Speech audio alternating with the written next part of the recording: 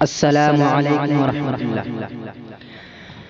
बदी का जोर था, हर सोच हालत की घटाई थी। फसादो जुल्म की चारों तरफ फैली हवाएं थी। खुदा के हुक्म से ना आशना मक्का की बसती थी। गुनाह व जुर्म से चारों तरफ वहशत बरसती थी। जरा सी बात पर तलवार चल जाती थी आपस में, तो फिर ये जंग आती ही ना थी दो चार के बस में। खुदा के दीन को एक खेल बच्चों का समझते थे। खुदा को छोड़कर हर चीज को माबूद कहते थे।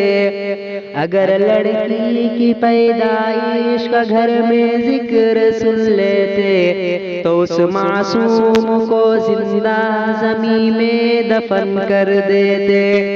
वो खुद अपने ही हाथों से पत्थरों को बुत बनाते थे। उन्हीं के सामने झुकते, उन्हीं के गीत गाते थे। किसी का नाम उस्सा था, किसी को लात कहते थे। हुबल नामी बड़े बुत को बुतों का बाप कहते थे। गरज जो भी बुराई थी सब उनमें पाई जाती थी। न थी शर्मो हया घरों में घर बेहयाई थी।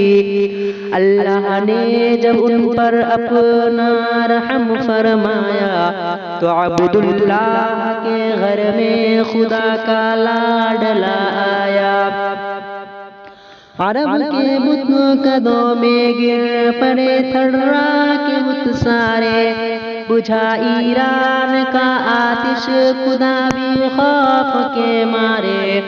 अरब के लोग इस सच्चे का जब एहसास करते थे, तो अब्दुल मुत्तलिब किस्मत पे अपनी नाज करते थे। खुदा के दीन का फिर बोलबाला होने वाला था। मोहम्मद से जहां में फिर उजाला होने वाला था। बदी का जोर था, हर सोच हालत की घटाई थी। फसादो